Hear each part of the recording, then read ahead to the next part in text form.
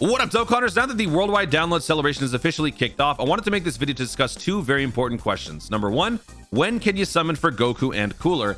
And number two, I wanted to speak in a little bit more detail regarding this Dokkan Festival Legendary Summon hybrid Carnival thing that's going to be dropping, because I think a lot of people are generally very apprehensive, understandably so, about this new format. So this is not going to be like a 100% factual video in terms of what this is, but I do wanted to give some clarifying thoughts on it so that I could share my overall opinion on this. It could be good, but we'll see. So let's discuss and start with the when. And also, before we start that, I do want to point out two things. I'm not going to cover the entire campaign details. This was originally supposed to be a longer video that I made earlier in the day, but I had an emergency I had to take care of. So looking at this here, I wanted to point out a couple of things. Number one, we are getting a brand new event, never before seen, called Fighting Spirit of the Saiyans and Pride of the Wicked Bloodline. We don't know anything more than what it shows right here. Each stage has different restrictions on categories of characters that you could bring into battle, and awesome rewards include EX skill orbs and dragon stones. That's all we know. So once the live stream actually happens, that will be where we learn what this event basically is. So with that said, hold on to that thought. And then the other thing is, if you guys didn't notice, we have a third EZA that's going to be dropping along with the Dokkan Festival Namek Goku and the STR LR Full Power Frieza. We are going to be getting Tech Final Form Cooler from the sub EZA, the physical Final Form Cooler EZA event. From that, you can get the Tech Final Form Cooler to awaken as well. So just real quickly, I wanted to point those two things out. Now, with that out of the way, let's talk about the when. The live stream event, I'm going to be linking in the description two different links. For JP players who want to watch the JP live stream, you will click on this link. If you are a global player who wants to watch the video premiere with myself, you will click on this link. Now, the cool thing about this is that you don't have to do any sort of calculations or time zone figuring out for yourself. All you got to do is click on that link. It will take you to this preview screen, and it will tell you exactly when it is going to be starting. As of me recording this video, it's going to be starting in 28 hours, August 27th, 8 p.m. PDT. For me. But for you, depending on wherever you live, all you got to do is click on the link. It will show you what time it's going to be starting for you. If you're using a VPN, you'll probably have to disable that. But other than that, you will be able to see exactly what time it starts for you. Now, the banners go live 3.5 hours after this. How do I know this? Last year, during the 350 million download celebration, that is exactly what happened. This live stream or video premiere started at 8 p.m. PDT, August 27th. When that happened, I pinned this little comment on my chat where I was also reacting, I think, with Josh and Tiger, I think. So banners go live August 27th, 2021 at 11:30 p.m. PDT. This started at 8 p.m. PDT, like I mentioned. So 3.5 hours later, the actual banners will go live. Why exactly they do it like that? I think it's because they want to build up the hype and the intrigue with the actual presentations, to just talk up the banners, to explain everything, and then after about maybe an hour or two, then you can actually summon on the new banner, because that gives you enough time to gather your funds, get ready, and then begin summoning. If they were to hold off for another day or two, that would probably not be very wise in terms of capitalizing on the business, on the hype. Now, normally we could use the banner dates to actually tell us, but this time it doesn't quite line up, because if we look at the Mysterious Kai ritual summons, this definitely doesn't line up, because this is going to be ending September 14th. It doesn't exactly work, right? Doesn't fit our timeline. If we were to look at the category summons as well, they also are a little bit off, because these banners are set to end a day after the Cooler and Goku banners are theoretically supposed to be releasing. So for this one, unfortunately, we cannot use other banners as evidence to suggest like when it's going to be dropping. The only thing that we can do is simply look at how things played out the years before. So that is why I am telling you, for 350 million, we had it drop 3.5 hours afterwards. So I think they will do the same thing again for this year.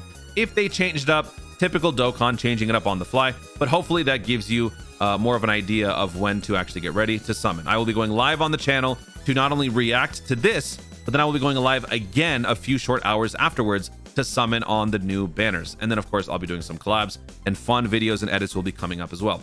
Now I wanted to quickly talk about the actual Dokkan Festival Legendary Summon Carnival. We don't have more details other than the fact that this is just going to be a thing.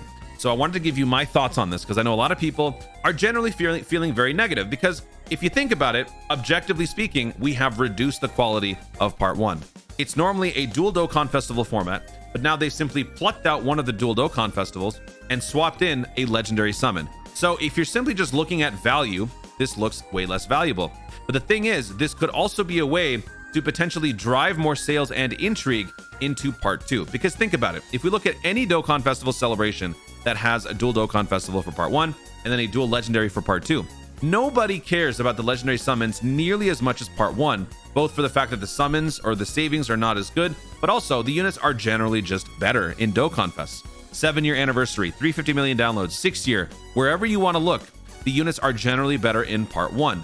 There are very rare instances, I would feel, if anything, maybe the most recent one, maybe Golden Week, where the LR Tech Goku Gohan might be better, potentially, than one of the actual Dokkan Festival units. But even still, the fact that the summons are generally less favored because there's not as many savings, the value isn't there, people just don't like to summon for legendary summons. It makes sense. So I think what they're doing here is they might be trying to break the cycle, and they're trying to reinvent the legendary summon altogether. This could very well just be the new legendary summon format with double rates. They could be changing it even more, making it even more appealing. We don't know yet. We will find out the exact details during that live stream. But I think the point of this is to draw more business into part 2. So if part 1 gives you a Dokkan Festival cooler and a Super Saiyan Goku legendary, then for part 2, maybe we get, I don't know, Meta Cooler Dokkan Festival and Super Saiyan Vegeta and Goku for an LR for part 2. That would make a lot of hype, and that would bring a lot more attention to people to want to summon in part 2, because that is where the second Dokkan Festival went. And I think that that is ultimately the bottom line. They want to up their sales, they want to up their revenue, and if they see a weakness, they want to try to cover it up. They want to try to basically just work that weakness out of the equation altogether. So I think that is what their approach is. If there are going to be some insane values for these summons, that's the most important thing, and we will find that out. Based on their wording, they are saying that both, I think, will be having the 400-hour only super multi-summon discount, just like you have for the 7-year anniversary. They'll be giving us some cool discounts for the Dokkan Festival. But what are they going to be doing for the legendary summon? We will have to wait and find out. Legendary summons are inherently worse because also you have a less... You are not able to buy the legendary coin shop units as frequently. And for this one, since it's going to be double rates, the coins are going to be blue instead of yellow. Could this be the future of legendary summons, where they in fact just move in this direction, which allows you to potentially summon more and to then get more coins to then ultimately be able to buy units from the coin shop at a much faster rate? Could that possibly be one of their end games here? Maybe. Because as I mentioned in my videos where I talk about like where you want to, spend your coins, the answer is always err on the side of caution, because it takes quite a while for you to build up enough yellow coins to make this purchase. So you want to make it count. Maybe they want to remove some of that worry by making these banners come back more frequently and giving us more frequent legendary summons so that more units can be available in the coin shop more frequently, thus adding more value to the banner itself. This could all be a business move, but we'll have to wait and find out for sure on the 27th of August at 8 p.m. PDT for me. Guys, thank you so much for watching. If you enjoyed the video, be sure to leave a like down below. Let me know in the comments, what do you guys think about the new Dokkan Legendary Summon Carnival Hybrid? Are you keeping an open mind? Do you feel a little nervous about this? What do you think is going to be happening with that live stream? Do you think we're going to be getting a brand new event that is not like Super Battle Road? It's going to be tougher than Cell Max. Just talk to me about all of this news in the comments down below. And also, how many stones do you have for the summons? Also, be sure to subscribe for more Dokkan content in the future and click the notification bell so that you let YouTube know you want to see more of my stuff. Do it. Thanks again. Stay tuned and remember to Dokkan responsibly.